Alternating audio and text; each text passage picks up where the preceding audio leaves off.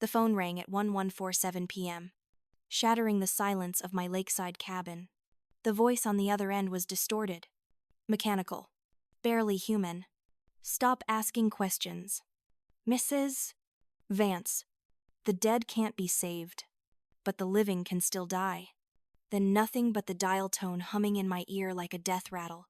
I stood frozen in my kitchen, the receiver trembling in my hand, watching through the window as a black SUV without license plates idled at the edge of my property. Its headlights cut through the fog, like surgical lights in an operating room. Under the flower pot on my porch, I found a damp envelope. Inside was a photograph of me and Rob Miller by the lake, taken just last night. On the back, written in red ink that looked disturbingly like dried blood, were 5 words that made my blood run cold. "He's not who you think." That was 3 days ago. Now I'm standing in the ruins of what used to be Rob's cabin, watching smoke curl up from charred wooden beams. The police called it a candle accident.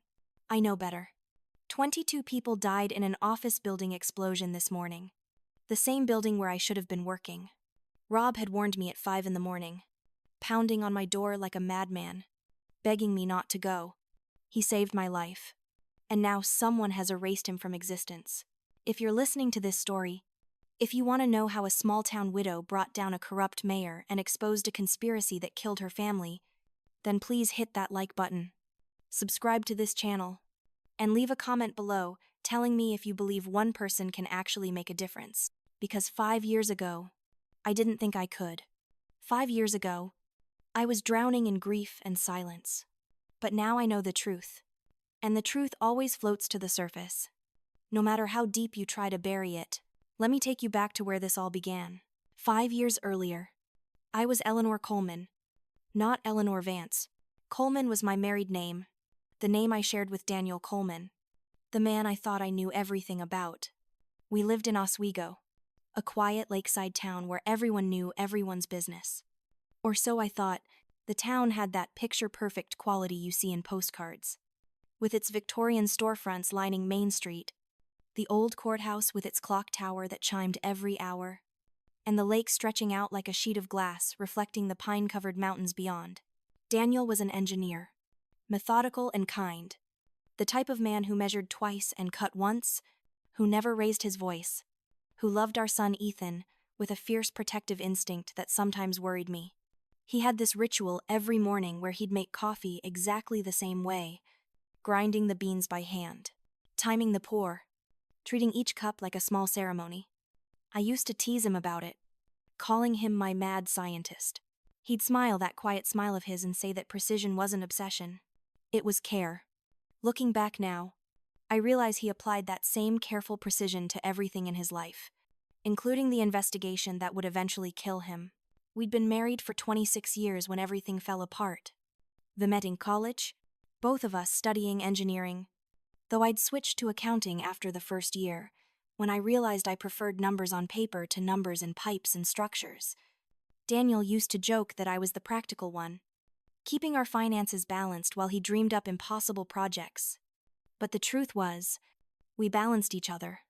He taught me to take risks. I taught him to plan for consequences. Together, we built a life that felt solid, unshakable, permanent. Ethan was 23, fresh out of engineering school, eager to follow in his father's footsteps. He'd just landed his first real job working on the Oswego gas project, a massive pipeline project that promised to bring jobs and prosperity to our struggling town. The project was controversial from the start. Environmental groups protested, saying the pipeline route cut too close to the lake's watershed. Local business owners worried about disruption, but Mayor Richard Thorne, Daniel's old friend from high school, assured everyone it was safe, necessary, the key to Oswego's future. I remember the day Ethan got the job offer.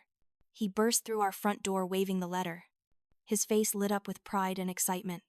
Daniel swept him into a bear hug, and for a moment, they looked so alike it took my breath away. Same dark hair, same serious brown eyes. Same way of standing with their weight slightly forward, like they were always ready to move toward the next challenge. We celebrated that night with Ethan's favorite meal, lasagna and garlic bread. And afterwards, we sat on the porch watching the sunset paint the lake in shades of orange and pink. Ethan talked about his plans, about learning from the senior engineers, about making his mark on a project that would serve the community for generations. Daniel listened with his hand on Ethan's shoulder, nodding, offering quiet advice. Neither of them knew they had less than 4 months left. That was April. By September, Ethan was dead. A pipeline explosion during a routine safety test. The official report said it was human error. Faulty equipment. A tragic accident. 27 workers died that day, including our boy. I remember the sound of the phone ringing at 3:47 inches the afternoon. Remember Daniel's face as he listened to whatever the voice on the other end was saying. Remember the way he slowly lowered himself onto the edge of our bed, like his legs had forgotten how to hold him up. He turned to me and said 4 words that destroyed our world. There's been an accident. We drove to the site in silence. The closer we got, the more the sky filled with black smoke. Emergency vehicles clogged the roads, their lights spinning red and blue against the gathering dusk. They wouldn't let us through the barricades. A young police officer with kind eyes and shaking hands told us we should go to the hospital, that they were transporting survivors there. But I could see in Daniel's face that he already knew. The explosion had been too big, too hot, too complete. We waited at the hospital for 6 hours before someone finally came to tell us what we already knew. Our son was gone. There wasn't even a body to bury. Not really. What they eventually gave us was a closed casket that we were told contained remains, though I've never been sure exactly what was inside. At the funeral, Daniel stood at the graveside with his jaw clenched so tight I thought his teeth would shatter. He didn't cry. Not once. Just stared at that coffin like he was memorizing every grain of wood. Like if he looked hard enough, he could see through to whatever was inside. Could verify with his own eyes that this nightmare was real. After the funeral, something broke in Daniel. Or maybe something woke up. He became obsessed with the accident report. Staying up late into the night, poring over documents. Making phone calls to people whose names I didn't recognize. Our bedroom became a war room. Walls covered with blueprints. Inspection certificat. Timelines written on sticky notes. He stopped sleeping in our bed. Instead, falling asleep at his desk, surrounded by evidence of something he wouldn't tell me about. When I asked him what he was doing, he'd kiss my forehead and say, making sure it meant something. Ellie. Making sure our boy's death meant something. I didn't understand then. I thought it was grief manifesting as obsession. A way to avoid the crushing reality that Ethan was gone and nothing would bring him back. I tried to be patient. Tried to give him space to process his pain. But as weeks turned into months, Daniel became more withdrawn. More secretive. He'd receive phone calls and step outside to take them. He'd leave the house at odd hours, saying he had meetings but never explaining what kind or with whom. Papers would disappear from his desk, then reappear marked up with red ink and cryptic notes. One night in early December, I woke up at 2 a.m. to find Daniel's side of the bed empty. I found him in his study, hunched over his laptop, the blue light making his face look ghostly. On the screen was a video of the pipeline site, taken from some security camera. He was watching the explosion over and over, frame by frame, pausing it, rewinding it, his fingers flying over the keyboard as he took notes. I asked him what he was looking for. He didn't answer for a long moment, then said quietly, "The truth. Ellie, I'm looking for the truth." 3 months after Ethan's funeral, Daniel was driving home from a late meeting when his car went off the road and hit a tree. The police said he'd been drinking, that he lost control on a sharp curve near Miller's Point, that the impact killed him instantly. They said his blood alcohol was twice the legal limit, that they found an empty whiskey bottle in the car, that it was a tragic case of a man who couldn't handle his grief, turning to alcohol for comfort. But Daniel never drank. Not after his father died of liver failure when Daniel was 19. I'd never seen him touch hard liquor in all our years together. He'd have a beer at barbecues, a glass of wine at dinner parties, but whiskey never. And he would never, ever drive drunk. The man who measured coffee grounds to the gram, who color-coded our home files, who triple-checked Ethan's car seat installation when our son was a baby. That man would not get behind the wheel impaired. I tried to tell the police this, I went to the station 3 times in the weeks after Daniel's death, trying to make them understand that something was wrong, that the evidence didn't match the man I'd been married to for over 2 decades. But each time, they looked at me with that particular kind of pity reserved for widows who can't accept reality. "Mrs. Coleman," they'd say. Their voices gentle but firm. "Grief affects people in different ways. Your husband was under tremendous stress after losing your son. Sometimes people we think we know completely surprise us in their darkest moments." Captain Reynolds, the head of investigations, was particularly dismissive. He was a broad-shouldered man with silver hair and cold blue eyes, the kind of cop who'd spent 30 years in law enforcement and thought he'd seen every variation of human tragedy. "I understand you don't want to believe your husband would do this," he told me during my 3rd visit to the station, "but the evidence is clear. We found the bottle, we have the toxicology report, and there were no signs of foul play. I know it's hard, but sometimes the people we love make choices we can't understand." So I signed the papers, accepted the condolences, and moved into the cabin by the lake, where Daniel and I had always planned to retire.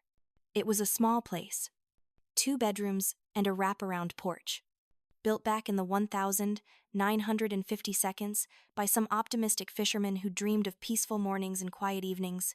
Daniel and I had bought it 5 years before Ethan died, planning to fix it up gradually, turn it into our eventual home. After the funerals, I couldn't stand to be in our family house anymore. Every room held memories that felt like knives. So I packed what I could carry and moved to the lake, hoping the water would wash away the pain. Instead, it just reflected it back at me every morning. For 5 years, I existed in a fog of depression and routine. I took a job as a bookkeeper at Miller & Associates, a small accounting firm in town run by Gerald Miller, Rob's uncle. The work was mindless, comforting in its predictability. Numbers didn't change, didn't unexpectedly. I kept my head down, didn't make waves, became one of those people you see but don't really notice. I drank coffee in the mornings, 2 cups from the same pot Daniel used to make, though I never got the ritual quite right. I stared at the lake, watching the seasons change its color from blue to gray to green and back again. I listened to old jazz records Daniel had loved, Miles Davis and John Coltrane, their melancholy horns filling the silence. I tried not to think about the gaping hole where my family used to be. The only person I spoke to regularly was Diane Harding, an old colleague of Daniel's from the county engineering department. She'd worked with him for years before taking early retirement after the pipeline explosion. She called occasionally to check on me. Awkward conversations, where we both pretended we were doing better than we were. Looking back, I realized those calls were more than social courtesy. Diane was watching me, waiting for something, though I didn't understand what. Until much later. Then Rob Miller moved into the cabin next to mine 6 months ago. He arrived one gray morning in March, driving a beat-up pickup truck loaded with furniture. He was younger than me, maybe late 30s, with the kind of lean, weathered look that comes from outdoor work. He kept to himself mostly, but sometimes I'd see him standing on his dock at odd hours, just staring at the water like he was waiting for something to surface. His presence made me uneasy in a way I couldn't quite articulate. It wasn't threatening. Exactly. More like he was a puzzle piece that didn't fit the picture I'd constructed of my quiet, solitary life. We never spoke beyond polite nods, until that morning, he came pounding on my door. It was 5:03 a.m. on a Wednesday. I remember because I'd been lying awake watching the digital clock tick over, unable to sleep like so many nights before. The pounding was so violent, I thought someone was trying to break down the door. I grabbed Daniel's old baseball bat from the closet and approached cautiously, calling out to ask who was there. "Eleanor, it's Rob Miller. Open the door, please." His voice was ragged. "Desperate." When I opened the door, he was standing there drenched from rain. I hadn't even realized was falling. His eyes wild with something that looked like terror and desperation mixed together. He was breathing hard like he'd run a great distance. And his clothes were muddy, torn at the knee. "Eleanor, don't go to work today. Just trust me. You have to trust me." I stepped back, gripping the bat tighter. "What are you talking about? How do you know my name? What's going on?" He grabbed the doorframe like he needed it to stay upright. "There's no time to explain. If you want to live, Don't go to that office. Promise me you won't go. I thought he was drunk or having some kind of breakdown. The wild look in his eyes, the way he was swaying slightly. It all seemed like someone who wasn't in control of their faculties. You need to leave, I said, trying to keep my voice steady. I'm calling the police if you don't go right now. He stared at me for a long moment, and I saw something in his eyes that looked like grief. Like he was watching me drown and couldn't figure out how to save me. I can't make you believe me. But please, Eleanor, please don't go. Not today. Then he was gone, his motorcycle roaring away into the fog, leaving me standing in my doorway in my bathrobe, completely bewildered and more than a little frightened. I almost went to work anyway. Almost. I got dressed, made coffee, gathered my bag and keys. But something in his voice, some raw authenticity in that terror, made me pause and I was tired. So tired of the routine, of pretending everything was normal when nothing had been normal for 5 years. So I called in sick, told Marjorie at the office that I had a migraine, and spent the morning on my couch with my coffee and my confusion, trying to make sense of what had just happened. At noon, every channel was showing the same footage. An explosion at the Woodville office building where I worked as a contractor twice a week. The entire top 3 floors were gone. Just a skeleton of twisted steel and smoke. The news anchor's voice trembled as she reported the casualties, 22 dead, including everyone from Miller and Associates who'd been in the office for a morning meeting. My coffee cup slipped from my hands and shattered on the floor, but I barely heard it over the roaring in my ears. Marjorie was dead. Gerald Miller was dead. 3 other contractors I'd worked with for years were dead. And I should have been there too, in that conference room, discussing quarterly reports and tax deadlines. The only reason I wasn't a name on that list was because a stranger had pounded on my door at 5 a.m. and begged me not to go. Rob had known. Somehow. Impossibly. He had known, and then he'd vanished like smoke.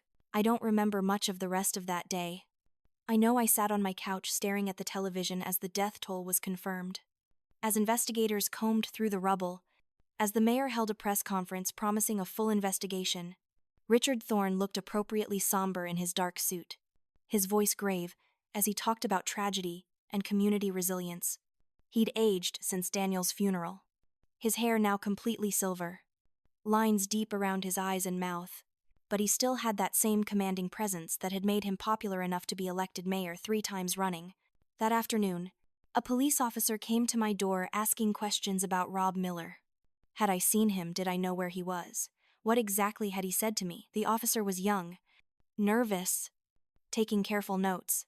I told him about the warning, expecting him to be grateful, expecting him to want to investigate how Rob had known. Instead, he just nodded slowly and told me that sometimes people get lucky hunches. Then he asked me if I'd noticed anything unusual about Mr. Miller's behavior in the months he'd been living next door. Had he seemed unstable? Had he made any other strange predictions or statements? The questions felt wrong, like they were trying to paint Rob as mentally ill rather than investigate how he'd known about the explosion. I said as much, and the officer's expression closed off. He thanked me for my time and left. An hour later, Captain Reynolds himself showed up at my door.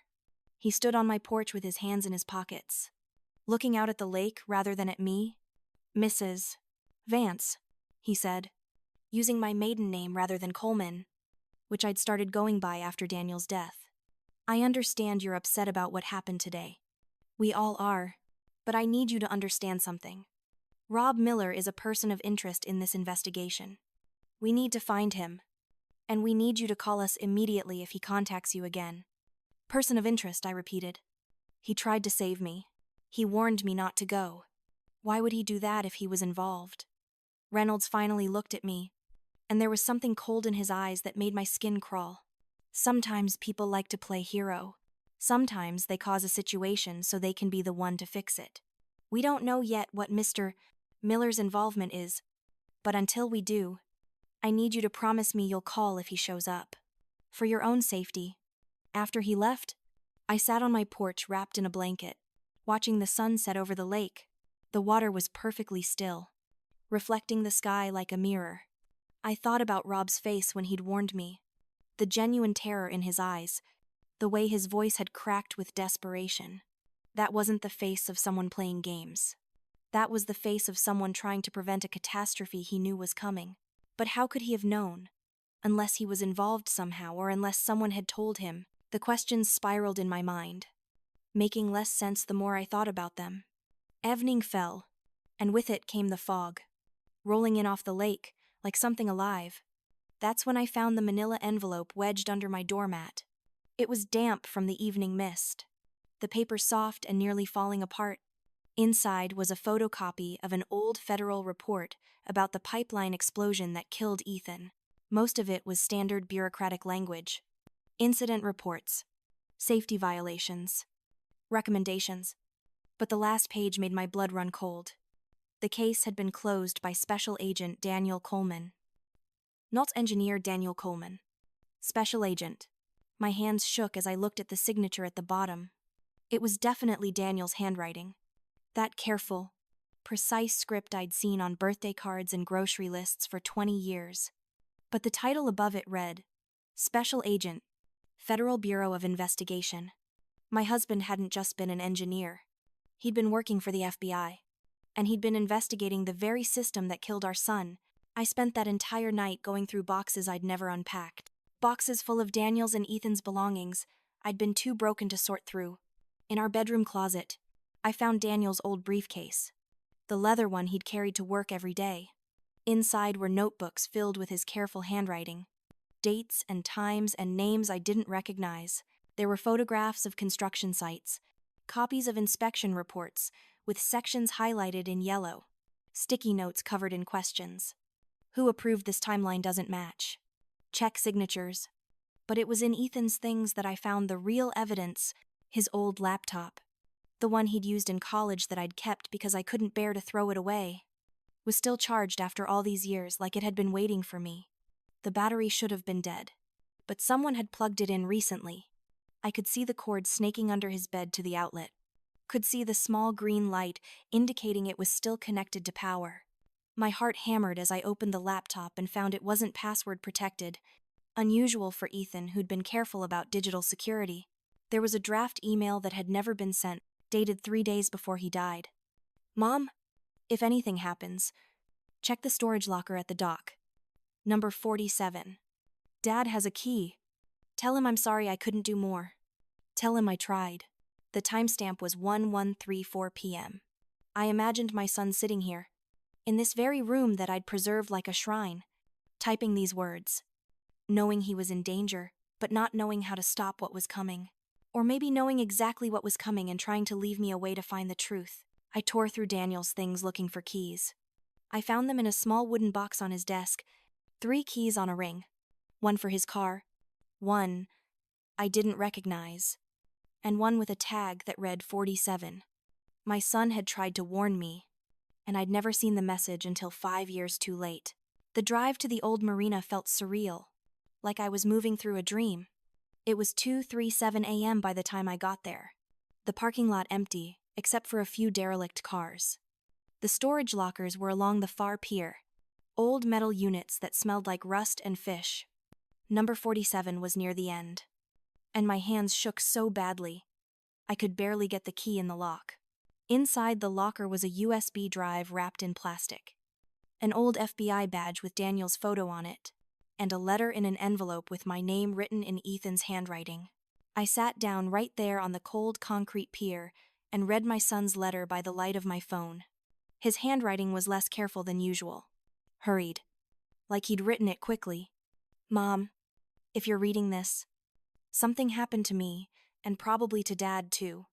We found something bad. Really bad. Dad's been investigating corruption in the gas pipeline project. He thinks Mayor Thorne and some others have been approving fake safety inspections, taking bribes from the construction company. I saw it too. Mom, I saw them pressure engineers to sign off on things that weren't safe.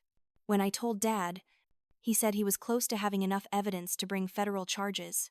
But I think they know he knows. I think they're watching us. Dad said if anything happens to him, the truth is in the lake. He set up some kind of recording device in the water, hidden in the old sensor network. He said it will all come out eventually, but you need to know the truth too. I'm sorry I got involved in this. I just wanted to do the right thing. I love you. Ethan. I pressed the letter against my chest and let myself cry for the first time in months. Deep sobs that shook my whole body. My son had known he was in danger. Daniel had known. And I'd been so lost in grief that I'd missed all the signs. Had dismissed Daniel's obsession as trauma rather than investigation. They'd both tried to protect me by keeping me in the dark, and it had nearly worked. But now I knew. Now I understood that their deaths weren't accidents or grief-driven suicides. They were murders. Premeditated. Calculated murders designed to look like tragedies.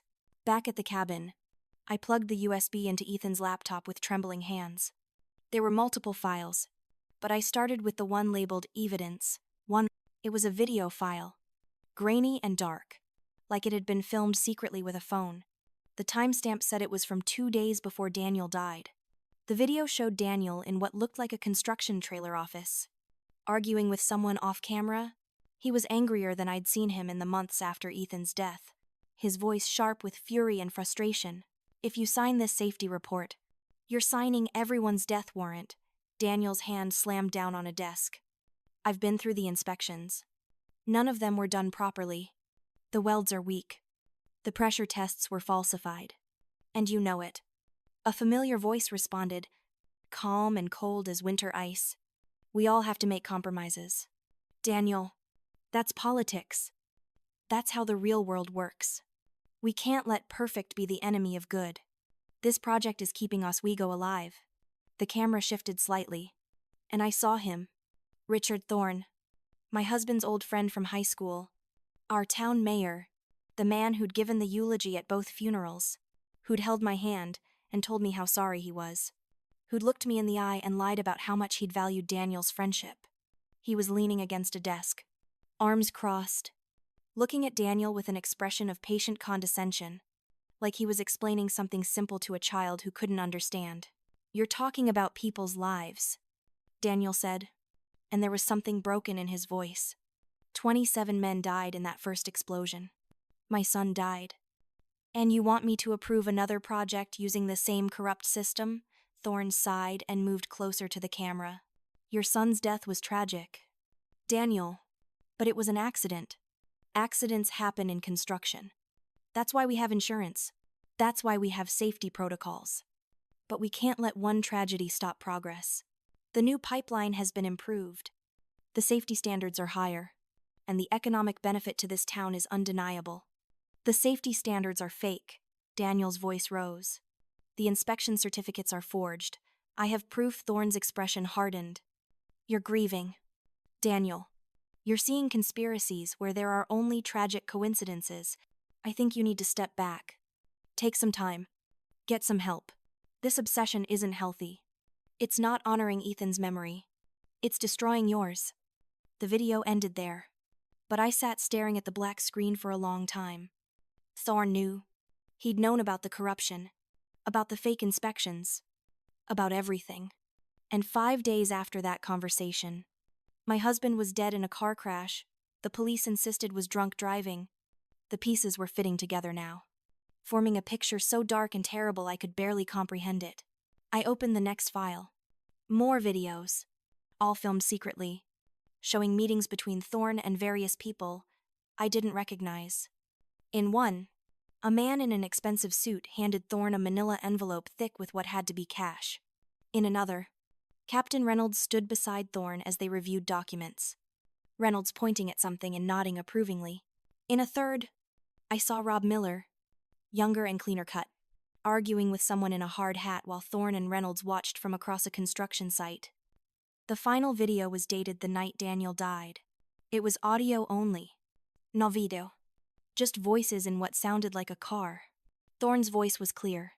We can't have him going to the feds with this. The investigation would destroy everything we've built.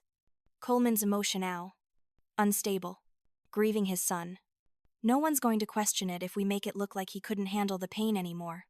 Another voice. One I didn't recognize. Responded, what about the evidence he's collected? Thorne laughed. A sound completely devoid of humor. We'll take care of it. Make the crash bad enough, and people will assume whatever he had was destroyed. And if anything turns up later, we'll say he was mentally ill. That the investigation was his own paranoid fantasy. Dead men can't defend their credibility. I played that audio 3 times, each listening making me feel sicker. They'd planned it. They'd discussed my husband's murder like it was a business decision, coldly weighing options and consequences. And they'd gotten away with it for 5 years because everyone believed the narrative they'd constructed. Grieving father drinks himself to death after losing his son. Tragic, but understandable. No one questioned it. No one investigated further. I'd been so lost in my own grief that I'd accepted their lies without question. For days, I didn't know what to do. Who could I tell? Thorne was the mayor. Captain Reynolds was clearly involved, along with who knows how many other people in positions of power. I was just a grieving widow who people already thought was unstable. Who would believe me? I stared at the evidence on Ethan's laptop, at Daniel's notebooks, at the video and audio files that proved everything, and felt completely paralyzed. Then I remembered Diane Harding. Daniel had trusted her once. In one of his notebooks, he'd written her name with a star next to it and the word safe. Maybe she could help me figure out what to do. I called her number, and she answered on the first ring, her voice tense and alert, even though it was nearly midnight. "Eleanor, are you safe?" The question was so unexpected, so specific, that I almost dropped the phone. "What do you mean? Am I safe?" I asked, looking around my cabin, suddenly feeling exposed and vulnerable. There was a long pause where I could hear Diane breathing on the other end, could almost feel her weighing her options. Then she said, "Come to my house. Right now? Don't tell anyone where you're going. Don't drive your car. They might have put a tracker on it. And Eleanor, bring whatever Daniel left you. It's time." I walked to Diane's house through the woods, taking back trails I hadn't used since I was a kid, constantly looking over my shoulder. Every snapping twig made my heart race. Every shadow looked like someone watching. It took me almost an hour to cover the 2 miles to Diane's small ranch house on the outskirts of town. When I finally knocked on her door, she pulled me inside quickly and locked the door behind us, sliding the deadbolt and the chain, before leading me to her dining room. The table was covered with papers, blueprints, photographs, creating a landscape of evidence that took my breath away. "I've been waiting for you to come," Diane said, and I noticed how much older she looked than I remembered, like the years since Daniel's death had been harder on her than she'd let on. Her hair was more gray than brown now, and there were deep lines around her eyes. "I thought you'd given up. I thought you'd chosen to stay blind." She handed me a sealed letter with Daniel's handwriting on the front. "He gave this to me a week before he died. Made me promise to give it to you if he didn't come back. But only if you asked. He said you deserved to choose whether to know the truth or live in peace." My hands trembled as I opened the envelope. Inside was a single page in Daniel's careful handwriting. "Ellie, if you're reading this, then they got to me. Don't trust Thorne. He's erasing evidence, and he'll do anything to protect his projects." I installed a data recorder in the lake, hidden in the old sensor network from the first pipeline. It's been recording pressure readings and safety violations for months. If something happens to me, the truth is in the water. I'm sorry I couldn't tell you while I was alive. I was trying to protect you. But now you need to protect yourself. Trust the lake. The sensor is programmed to automatically upload all data to multiple news organizations if another major incident occurs. I'm counting on Thorne's arrogance to be his downfall. He'll try to cover his tracks by causing another explosion, thinking it will make the pattern look random rather than specific. When he does, everything will come to light. I love you always. Stay strong. D. I looked up at Diane, who was watching my face carefully. "He set up a failsafe," she explained, moving to show me some of the papers on her table. "That sensor," he mentioned. "It's not just recording data. It's programmed to automatically upload everything to multiple news organizations if another explosion happens." Daniel knew Thorne would eventually have to trigger another incident to cover his tracks, to make it look like the problems were ongoing and not specific to the cases Daniel was investigating. She pulled out a map of the lake, showing a spot marked with a red X. "The sensor is here, hidden in the remains of the old monitoring network. It's still active, still recording, The explosion at your office building this morning, it wasn't random. It was Thorn trying to destroy evidence, trying to eliminate people who might have seen something. And it activated Daniel's trap. But if the data's already uploading, why do we need to do anything? I asked. Diane shook her head. Her Expression grim. Because Thorn knows about the sensor. Or at least, he suspects Daniel planted something. He's been searching for it for 5 years. Using his connections to quietly monitor the lake. To track anyone showing unusual interest in the old pipeline sites. That's why Rob Miller moved next to you. She pulled out a photograph of Rob. Younger. Cleaner cut. Wearing a hard hat and safety vest. Rob worked on the first pipeline project. He was one of the engineers who reported safety violations to Daniel. When the explosion happened, Daniel blamed himself for not acting fast enough. He'd pulled Rob off the project the day before. Saved his life. But 27 others died. Rob's been living with that survivor's guilt ever since. She showed me more photographs. Documents that painted a picture. I was only beginning to understand. Rob had been working with Daniel, feeding him information about the corruption, documenting the bribes and the falsified reports. After Daniel's death, Rob had disappeared, but he'd never stopped watching, never stopped waiting for the moment when he could finish what Daniel had started. He moved next to you because Daniel asked him to, Diane said, made him promise to watch over you, to be there when the truth finally came out. He's been waiting for Thorn to make his next move, waiting for the sensor to activate. That's how he knew about the explosion at your office. He's been monitoring the sensor signal, watching for any indication that it was uploading data.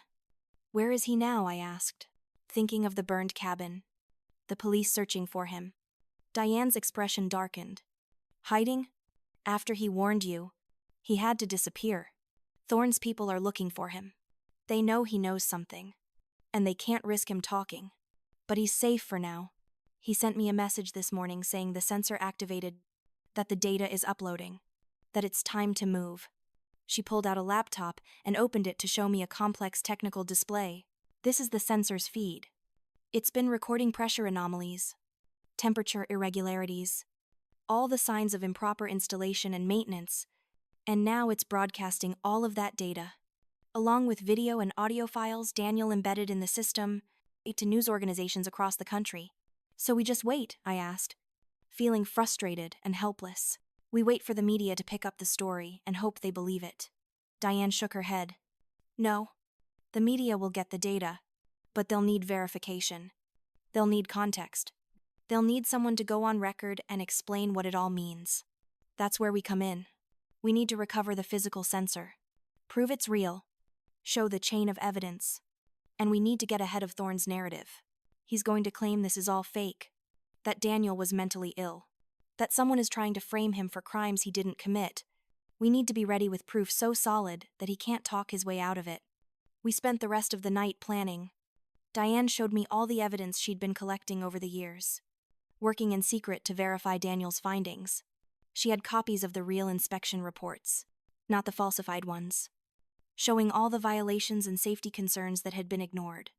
She had financial records showing suspicious payments from construction companies to shell corporations that led back to Thorn and his associates.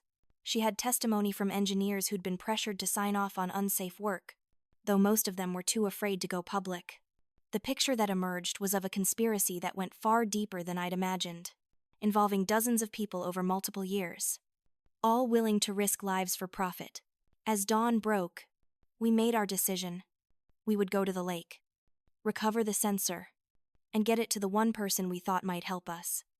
Lena Diaz, an investigative journalist who'd been emailing me for months asking about Daniel and the pipeline explosion. I'd ignored her before, too afraid to hope that anyone would care, too lost in my own grief to believe anything could change. But now I had proof. Now I had evidence that even the most cynical journalist couldn't ignore. We waited until midnight to make our move. Diane had a small boat we took out to the coordinates Daniel had left. The lake was shrouded in fog so thick I could barely see my hands in front of my face. The water was black and still, like oil, and the only sound was the quiet splash of the oars and our own nervous breathing. When we reached the spot, marked by 3 old buoys that formed a triangle, Diane handed me a flashlight. "You're going to have to dive for it," she said. "I'm too old, and my knees can't take the cold water anymore." Daniel said it's about 20 feet down, attached to one of the old sensor posts. I'd been a swimmer in high school, but it had been decades since I'd done any serious diving. The water was shockingly cold when I slipped in, stealing my breath and making my muscles seize up. I forced myself to dive, following the beam of my waterproof flashlight down through murky water until I saw it. A black metal box about the size of a shoebox, attached to an old concrete post with heavy-duty straps. A small red light blinked steadily on its side. Like a heartbeat, like a promise that had been kept, I worked to unfasten the straps, my fingers clumsy from cold and fear. Every second I spent underwater felt like an eternity. My lungs burning, my heart racing. Finally, the last strap came free, and I kicked hard for the surface, bursting through with a gasp that felt like being born again. Diane hauled me into the boat and wrapped me in a blanket while I clutched the sensor to my chest like it was the most precious thing in the world. Because in that moment, it was justice. It was truth. It was Daniel and Ethan's voices finally being heard. We were pulling the boat toward shore when a light blazed across the water. A figure stood on the dock, backlit so I couldn't see his face. My heart seized with terror. Had Thorne's people followed us? Were we about to die like Daniel and Ethan? Then the figure stepped forward into the moonlight, and I recognized Rob Miller, his arm in a sling, his face gaunt, like he hadn't slept in days. But alive and waiting. "I knew you'd come," he called out as we pulled the boat to the dock. His voice was rough, strained, but steady. "I've been monitoring the area, making sure no one else was watching. It's safe for now, but we don't have much time. They're sweeping the town looking for me, and eventually they'll figure out where I am." He helped us out of the boat, his hand surprisingly strong despite his injuries. Up close, I could see bruises on his face, a nasty cut above his eye that had been recently stitched. "What happened to you?" I asked, and he smiled grimly. "Thorne's people caught up with me yesterday, tried to convince me to stop causing problems. When I didn't agree, they made their point more forcefully." He touched the sling gingerly. "But I got away. I've been running and hiding for 5 years. I'm good at it by now." He looked at the sensor in my hands, and something in his expression softened. "Your husband saved my life," he said quietly. "I was supposed to be on that site the day of the first explosion. My name was on the schedule. I'd done all the prep work. But the night before, Daniel pulled me aside and told me not to come in. He said he had a bad feeling about the safety tests, that something was off about the whole operation. I thought he was being paranoid, but I respected him, so I called in sick." Rob's voice cracked. 27 men died that day. Good men, friends of mine, guys I'd worked with for years. And I lived because Daniel trusted his gut. When I found out Ethan was one of the casualties, I felt like I'd stolen his life, like it should have been me instead of him. He looked at me directly, his eyes red-rimmed but fierce. "Your son was a good kid. He saw what was happening and he tried to do something about it. He came to me a week before the explosion. Said he'd seen someone tampering with safety equipment. Said he thought the inspection reports were fake. I told him to take it to his father. I didn't know Daniel was FBI at the time. Didn't know he was already building a case. But Ethan did the right thing, and they killed him for it." "Who killed him?" I asked, even though I already knew the answer. Rob's jaw tightened. "Thorne gave the orders. Captain Reynolds and a few others carried them out. They made the explosion look like an equipment failure, blamed it on human error, on inadequate training, on anything except the systematic corruption that was the real cause. They killed 27 people to protect their profits and their reputations. Then when Daniel got too close to proving it, they killed him too. Made it look like drunk driving, like suicide by another name. They thought no one would question it because you were too deep in grief. And the town was too grateful for Thorne's development money." We returned to my cabin as the sun rose, painting the lake in shades of gold and red that would have been beautiful if I wasn't so terrified. The sensor sat on my kitchen table, its red light still blinking steadily. Rob had explained the technical details, how it was programmed to upload its data in stages. releasing more damaging information with each passing hour, creating a cascade effect that would be impossible to stop once it started. Daniel designed it that way intentionally. Rob said he knew if everything came out at once, it would be too easy to dismiss as fake, to overwhelm people with information until they stopped paying attention. But if it trickles out, if each revelation leads to questions that are answered by the next revelation, then people will follow the story. We'll demand answers. We'll not let it be buried. But when I opened my front door, I knew immediately that someone had been inside. Drawers hung open, papers scattered everywhere, cushions slashed and furniture overturned. My cabin had been ransacked, searched thoroughly by someone looking for evidence, looking for anything that might connect me to Daniel's investigation. On my kitchen table, placed carefully among the chaos, was a photograph of me, Daniel, and Thorne from 20 years ago. Back when we were all young and stupid and thought we were invincible. We were at a barbecue, laughing at something, arms around each other like the best of friends. In the corner, written in that same red ink that looked like blood, were 8 words that made my skin crawl. Some ghosts never drown. Eleanor. Stop swimming. That night at 1:14 p.m., the phone call came, the distorted voice, the death threat, and outside, the black SUV watching my house like a predator. I found the photograph of me and Rob on my porch, with its sinister warning that he wasn't who I thought. Someone was trying to isolate me, trying to make me doubt the one person still willing to help me. But I wasn't afraid anymore. Fear had taken enough from me. Now I had something stronger. I had anger.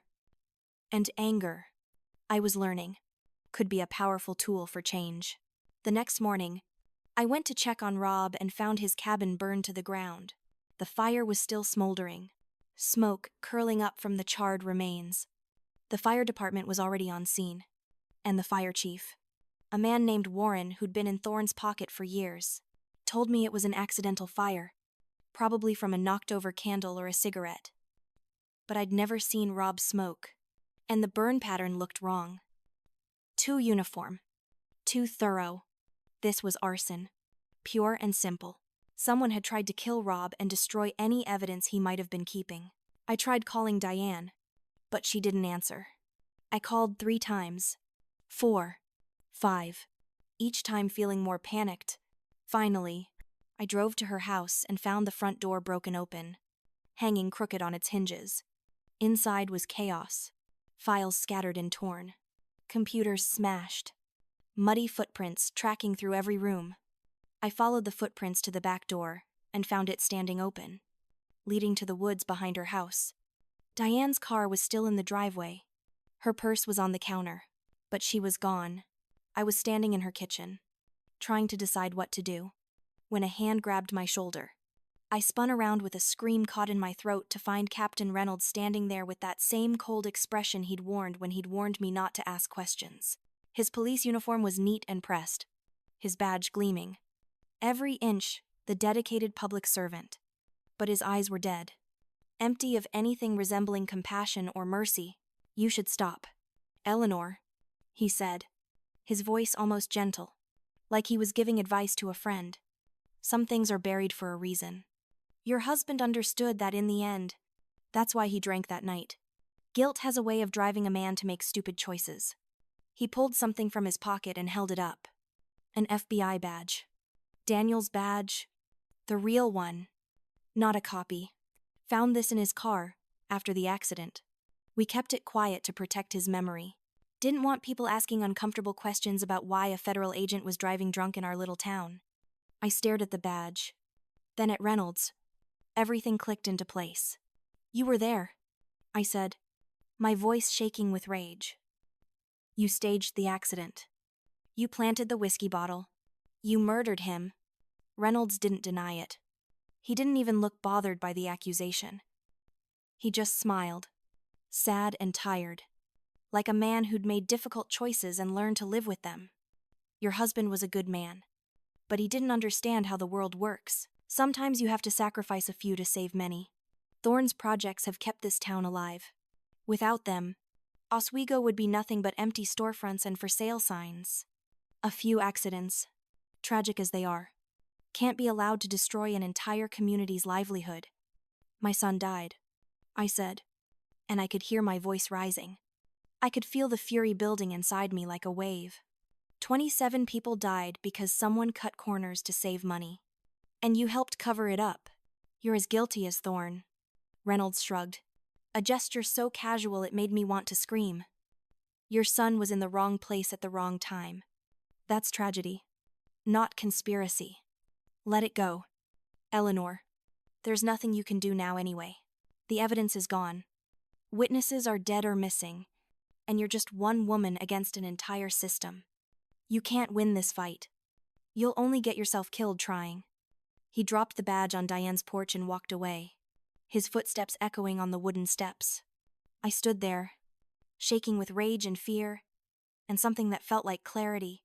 I picked up Daniel's badge with trembling hands. The badge proved everything.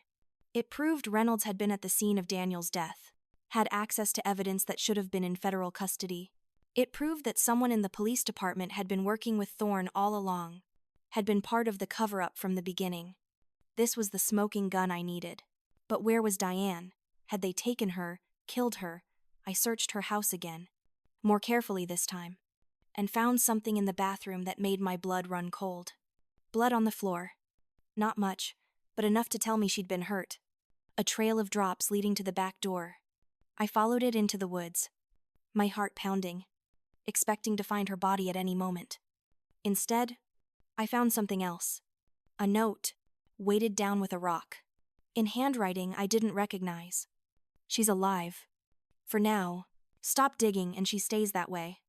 Continue, and she dies. Your choice. I stood in those woods holding that note and realized the full extent of what I was fighting against. These weren't just corrupt officials cutting corners for money. These were people willing to kidnap, willing to kill, willing to do whatever it took to protect their secrets. And they'd just raised the stakes by taking Diane. If I continued, I'd be responsible for her death. If I stopped, everything Daniel and Ethan had worked for, everything they died for, would be for nothing. It was an impossible choice. That night, the lake began glowing again. I was sitting on my porch, staring at Diane's note, trying to figure out what to do, when I noticed it, the sensor's red light, pulsing beneath the water like a heartbeat. It was brighter than before, more insistent. I grabbed my binoculars and looked closer.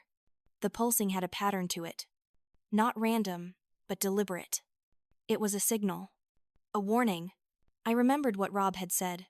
The sensor was programmed to increase its activity if it detected certain pressure anomalies, certain signs that another explosion was imminent. And it was going haywire now, which meant only one thing. Thorne was about to cause another explosion. He needed to bury the evidence one more time. Needed to make it look like the safety problems were ongoing and unavoidable, rather than the result of specific corruption during specific projects. And when that explosion happened, Daniel's failsafe would trigger completely, uploading everything all at once, flooding news organizations with 5 years of data and evidence. I drove through the rain to find Lena Diaz. I'd been putting it off, afraid that she wouldn't believe me, afraid that I was wrong about the evidence I'd collected. But now I had no choice. Diane's life was on the line, and I needed help from someone who could tell this story in a way that couldn't be ignored or dismissed. I arrived at Lena's apartment at 2 a.m, soaking wet and probably looking half crazy. When she opened the door, recognition flashed in her eyes.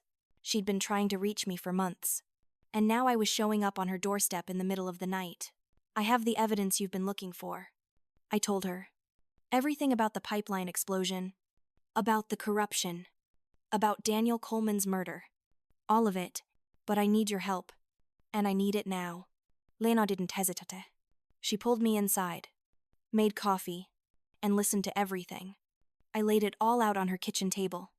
The USB drive, the sensor data, Daniel's notebooks, the video and audio files, the photograph of Thorne taking bribes. Everything. She went through it methodically, asking questions, verifying details. Her journalist's mind cataloging and cross-referencing. This is incredible. She breathed after 2 hours of reviewing the evidence. This could bring down half the town's leadership. But you're right that we need to move fast, If what you're saying is true, and another explosion is imminent, we need to get this story out before Thorne can spin it. Before he can claim, this is all a fabrication. And we need to find your friend. If they've kidnapped her, that's a federal crime. We can bring in the FBI. Real agents. Not the corrupt system that was protecting Thorne before. We worked through the night, copying files, verifying data, building an airtight case. Lena had contacts at major news organizations. The people she trusted who wouldn't bury the story or bow to political pressure. She started making calls, sending encrypted files, creating a web of reporters who would all release the story simultaneously, making it impossible to suppress. As dawn broke, we made one final trip. We needed to recover the sensor itself, to get the original hardware that would prove the data hadn't been fabricated or tampered with. We drove to the lake just as the sun was rising, painting the water in shades of pink and gold. The beauty of it felt obscene given what we were about to do. We parked at an abandoned building site near the old dock, keeping out of sight. Lena had a small boat she'd borrowed from a friend, and we rowed out to the coordinates in silence. The sensor was where I'd left it, still blinking its warning, still broadcasting its truth. But as I reached for it, I noticed something else. Fresh gouges in the mud around the sensor post. Someone else had been here. Recently. Trying to remove it. We need to hurry. I whispered to Lena. Someone knows about this spot. We worked quickly to secure the sensor in a waterproof bag. Just as we were finishing, I heard the sound of boat motors in the distance. Multiple boats. Moving fast. Heading our direction. Go, Lena shouted, and we rowed for shore as fast as we could. Behind us, I could see 3 boats fanning out, searching the area. They'd figured out where the sensor was and were trying to find it before we could recover it. But we were already pulling onto shore, grabbing the sensor, running for Lena's car. We drove to the library, thinking it would be safe. Public. A place where we could make copies and send files without interference.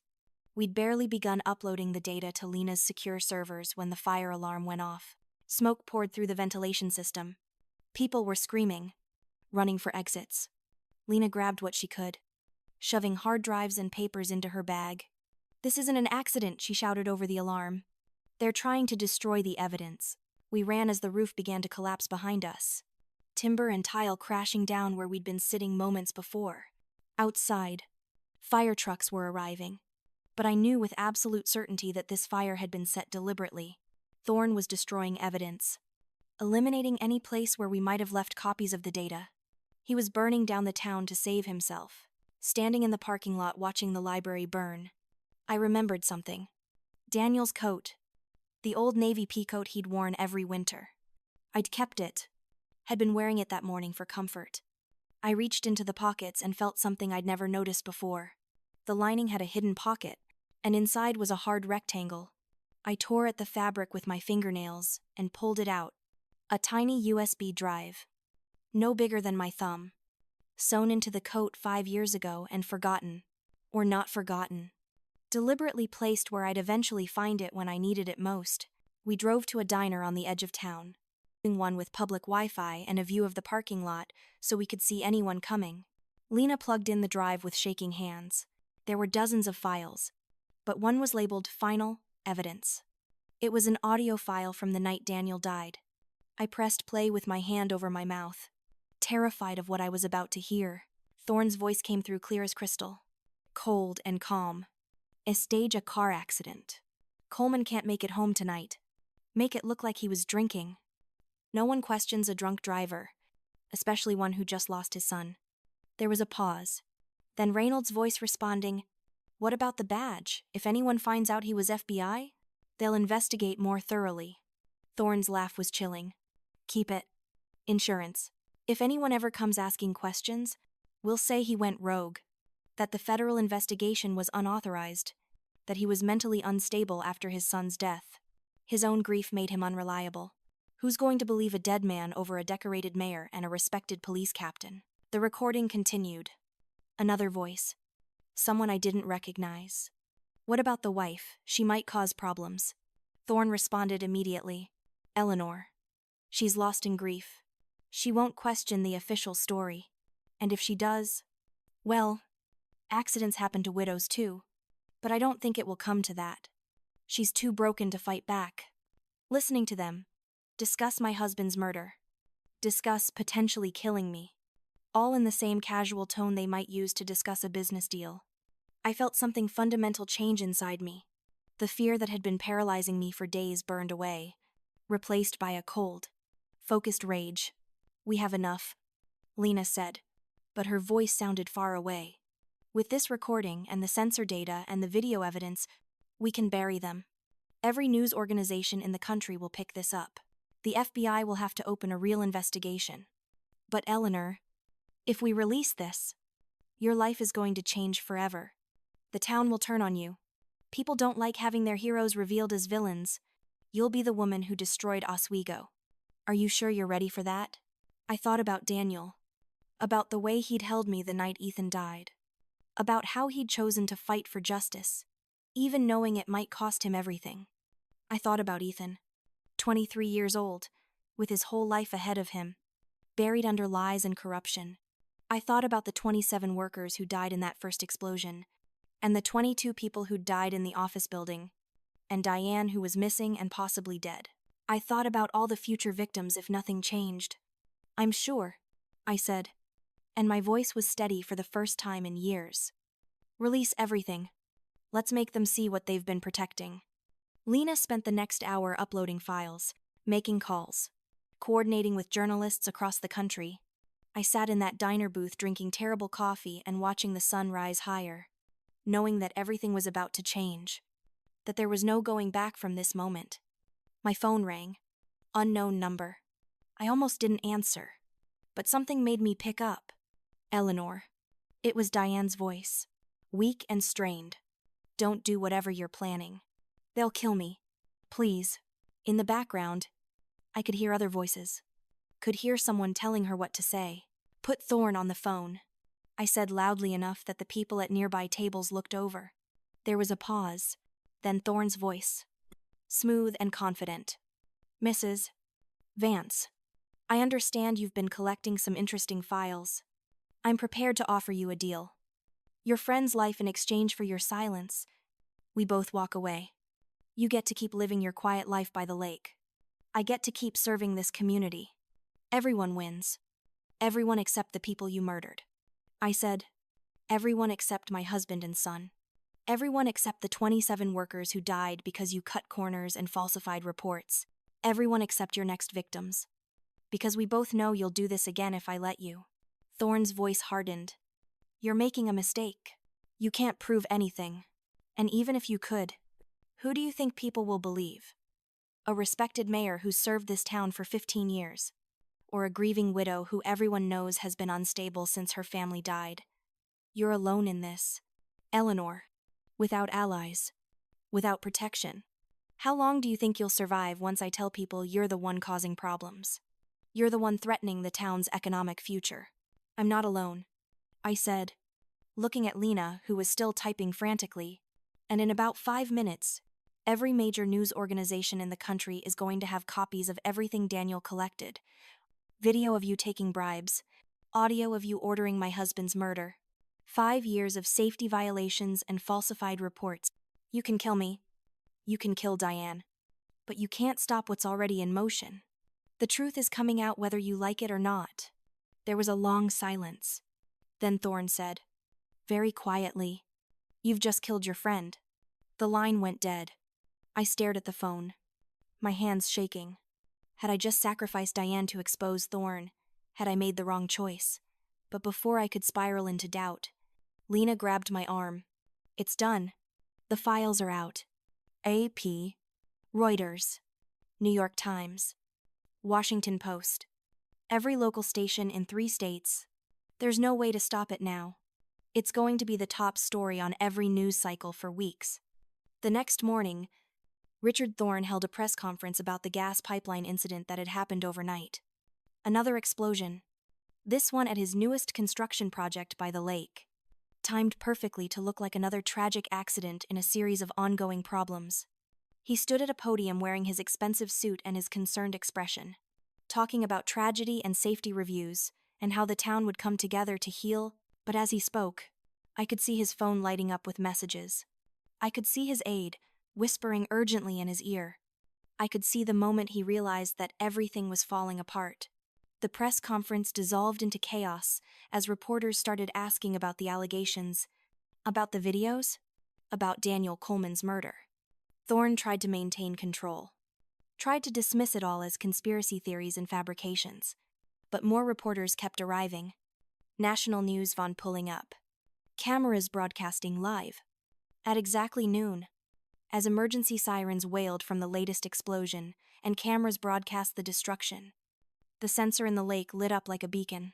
Its red light pulsed through the water, bright enough to see from shore, a physical manifestation of truth rising to the surface. My phone vibrated. A message from an unknown number. Files complete. All evidence transmitted. Fédéral agent en route. It wasn't from Lena. I looked at her, and she shook her head. Someone else was helping us. Someone who had access to the sensor system. Someone who'd been working behind the scenes this whole time. Rob. It had to be. He was alive and still fighting. I drove to the scene wearing Daniel's old coat, carrying him with me. I pushed through the crowd of reporters and emergency responders until I was close enough to see Thorne's face clearly. Our eyes met across the chaos. His were full of rage and fear and disbelief. Mine were calm. I'd done what I came to do. You killed them again. I called out, my voice cutting through the noise. You caused another explosion just to cover up your crimes, but it didn't work. Everyone knows now. The whole country knows what you did. Thorne started toward me, his face twisted with fury, his carefully maintained facade crumbling. You don't understand, I saved this town. Without my projects, Oswego would have died. I did what I had to do. Everything I did was for the greater good. I stood my ground, not backing up, even as he got close enough that I could see the veins bulging in his neck. I could smell the desperation coming off him like sweat. No, I said clearly. You buried its soul. You sacrificed innocent people for money and power. You murdered my husband when he tried to stop you. And you would have kept killing to protect your secrets. Thorne's hand moved to his jacket, and I saw the gun too late. But before he could pull it out, FBI agents in dark suits swarmed him from all directions, shouting commands, forcing him to the ground. The gun skittered across the pavement. Captain Reynolds tried to run, but was tackled by more agents. I watched as they handcuffed both men, watched as the power and confidence drained out of them, leaving nothing but ordinary criminals who'd finally been caught. One of the agents, a woman with short gray hair and sharp eyes that missed nothing, approached me. Her badge read Special Agent Jenkins. Mrs. Vance, I'm with the FBI. Your husband Daniel was working for my office before he died. We suspected corruption, but we couldn't prove it. Daniel was building the case when he was killed. We've been trying to finish what he started, but you did it for us. You recovered evidence we didn't even know existed. She glanced at the crowd of reporters, at the federal agents leading Thorne and Reynolds away in handcuffs. It's over now. You can rest. But I couldn't rest. Not yet. There's a woman, Diane Harding. Thorne's people kidnapped her. I don't know where she is, but she's in danger. Agent Jenkins' expression sharpened. We're already looking. Thorne's been talking, trying to make deals. He's given us several locations. We'll find her. She paused, then added more gently, You did good today. Your husband would be proud. I swayed on my feet, exhaustion and relief and grief all crashing over me at once. Lena caught my arm, steadying me. Through the crowd and smoke, I saw a figure watching from near the tree line. Rob Miller, his arm still bandaged but standing straight, his eyes meeting mine across the distance. He raised one hand in a silent salute, acknowledging what we'd accomplished together. Then he turned and disappeared into the woods. And I understood. He'd been living in hiding for 5 years. Even with Thorne arrested, there were others involved in the conspiracy. Others who might want revenge.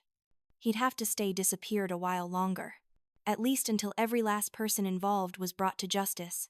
I wanted to thank him, to tell him he'd kept his promise to Daniel, that he'd protected me even when it put his own life at risk. But maybe he already knew. Maybe that was enough. The promise had been kept. The truth had surfaced. And though the cost had been terrible, the fight had been worth it. 6 months later, the fog over Oswego Lake had lifted. Mornings came clearer. Sharper. Like someone had wiped clean a dirty window. The water reflected everything that had been hidden beneath it. People started calling it Mirror Lake, the lake that revealed truth. The gas pipeline project was permanently canceled. The construction company was prosecuted, and Daniel's name was fully cleared. They called him a hero. I never cared for that word. He'd only done what he always did, told the truth, when everyone else stayed silent. I still live in the old wooden cabin by the water. The dock has been rebuilt, and I planted purple irises along the shore. Ethan's favorite flower. Every morning I make 2 cups of coffee, one for me and one for the people who will never come home. It's my way of remembering that love doesn't end just because life does.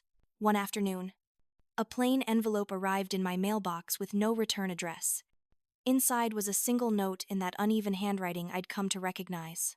Your husband once saved me the way he told me he'd save you. When the time came, trust truth over fear. Rob. I folded the note and placed it next to the family photo on my mantel. Outside, the lake sparkled like a mirror. Wind carried the scent of coffee and pine through the open window.